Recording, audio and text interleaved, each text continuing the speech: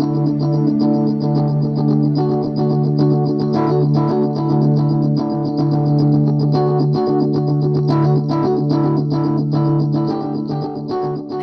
everyone, it's Jodi Amen, and I have a special guest today to introduce you to Dr. Robin Miller. And Dr. Miller is an integrative medicine physician, and she is the author of 3 books.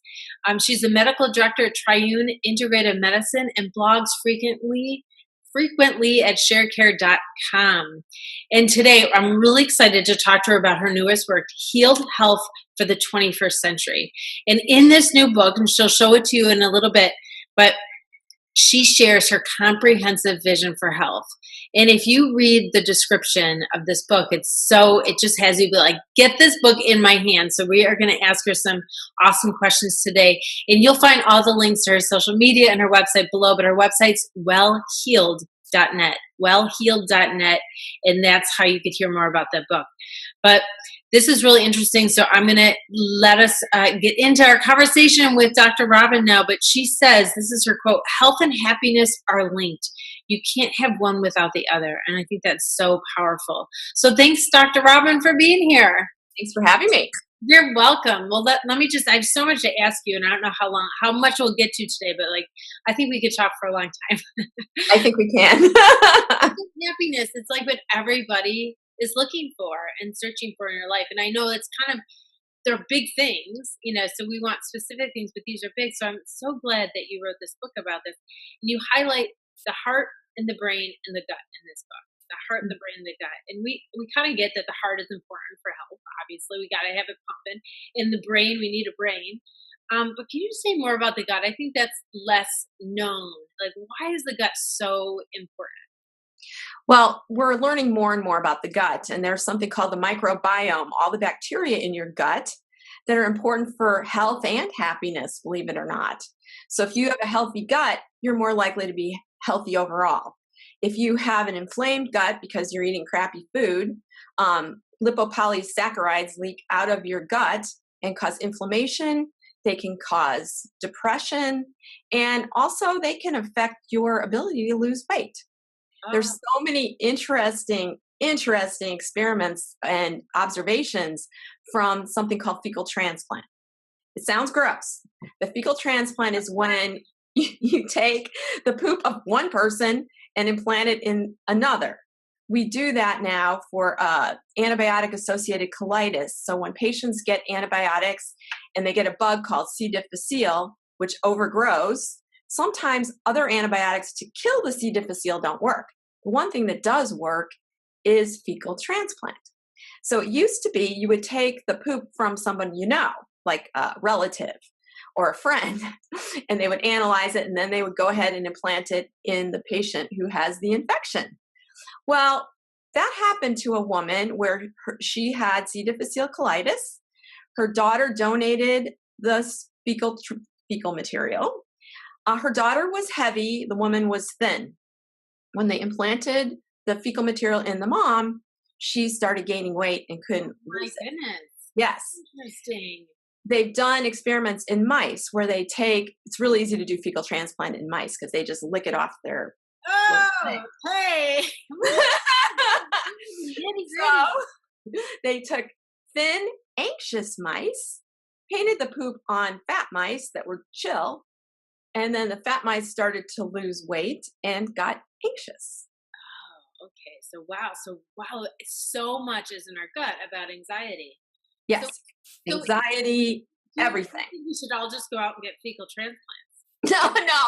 No. What we should all be doing is eating healthy foods so that our gut's healthy and that you can eat your probiotics, you can eat your prebiotics. You don't even need to buy them if you eat healthy, because the truth is, if you're eating crappy food, probiotics aren't really going to help you very much, are they? So tell us what foods have probiotics in it. So fermented foods. What's the difference between prebiotics and probiotics? Prebiotics are the foods that get undigested to your colon. So asparagus, onions, leeks, those are prebiotics. Okay. So bacteria can work on them in your gut. Probiotics are fermented foods. So sauerkraut's a good one. Kefir, kimchi, those are all fermented foods. Really, really good for you. Okay. how often should we be eating All the time, every day, try and do that. If you can't, then okay, then go ahead and get some probiotics. But again, you must eat healthy. The other thing that really improves bacteria is exercise. So exercise will boost the bacteria that form butyrate, which is promoting healthy gut as well. that? Okay. So exercise is really good. The thing you might want to avoid is saccharin, fake sugars. Not good for your gut. Kills off those bacteria. And then the thing you're trying to do, which is lose weight by eating, sugar-free everything, is backfiring on you because you're killing off the good bacteria that are helping you to lose weight. Interesting. Interesting. You know what I do? I like to, because I'm into the gut bacteria issue, and I garden, and I get a lot of that bacteria through my hands, and I eat food right out of the garden, and there's a lot of good bacteria in the soil, right? Absolutely. In fact, there's a great article in Time Magazine, Let Your Children Eat Dirt. It's a really good idea. Yeah. Because it promotes healthy bacteria and prevents, inflammatory bowel disease, which is becoming more and more common because we're so germophobic. Yeah. Yes, I do not put any antibiotic. I don't have any antibiotics in my soaps in my house because of that reason. So yeah, this is so fascinating. Okay, so if we eat fermented foods every day, do you notice that people have a marked decrease of anxiety and in depression when they do that? If they start eating food and then the prebiotics, asparagus, leeks, onions, you said, right? Yes. I think what happens is they feel overall more healthy and so happier. So there's another thing that I talk about in the book about depression and the gut in a way. Okay. So, oh, yes. Here's my book. Okay, cool. Heal. There you go. Heal. Health and Wellness for the 21st Century. So in the book, I talk about a test called MTHFR. It's a gene that codes for enzymes that help you process folic acid. And we all know folic acid is good for your brain, good for your mood, right? Mm-hmm. So if you have a mutation on that gene, your levels of L-methylfolate will be down 30%. L-methylfolate is the byproduct of what happens when you take folic acid in your diet and a series of enzymes work on them. Those enzymes are coded by the gene MTHFR. L-methylfolate is what your body uses to make serotonin, dopamine, and norepinephrine, all those things that make you feel good and give you energy. So if you have one mutation, you're down by about 30%. Two, you're down by about 74%. So you advise people get tested to see where they're down or not down. Absolutely. And at least 64% of Americans have at least one mutation. Oh my goodness. That really explains a lot, right? A lot why there's so much depression and anxiety. It does. Mm-hmm. So if you have a mutation and if your levels are down, the treatment's pretty simple. You give people L-methylfolate. It's a vitamin, it's medicinal food, it's over the counter. You can get it from a website called methylpro.com. A lot of compounding pharmacies carry it. And it actually does help people feel better. In addition, it helps the gut because what people don't often realize is the gut is lined with brain cells. So if I looked at a brain cell and a gut cell under a microscope, I wouldn't be able to tell the difference. So oftentimes when you give people L-methylfolate, oftentimes their irritable bowel symptoms go away and their gut heals. So that's definitely something worth checking. It's a simple blood test. You can do it on a cheek swab too. Okay. And there's a certain pattern that's associated with heart disease and stroke. So I test everyone for that reason alone. Oh, that's awesome. Okay, I'm going to put that information they gave below so they don't need to keep rewinding and trying to listen for that. Again, I'm going to put all that below so people know what to do. It's really nice when you have like a concrete, some option. Because people struggle so long, they're just looking for something, and they're working so hard and not getting anywhere sometimes, and it's really frustrating. So it's nice to have some other options just to explore, because I think about, we have depression and anxiety. I'm a psychotherapist, so I work in the psychological aspect of it. I'm interested in the nutrition. I learn all about it, but I'm not a doctor. And so, but I think about it as like we're going in a river. We're wading in this river, and the river might be going the other direction because that's kind of the hormone or physical aspects or gut stuff or all this other stuff happening. And I know we could still heal ourselves psychologically, but why go against that current? Like, why not kind of go at it from all different ways, and have a current, like the wind at your back, like the Right. proverb, right? So So some people need antidepressants. And if that's the case, there's actually a test that will help you figure out which antidepressants are best. And that's a test I talk about in the book as well. It's called GeneSight. well, GeneSight. all this information in the book. Yes, it's all in the book. Get the GeneSight. book. I'm not going to put it below. You need to get it.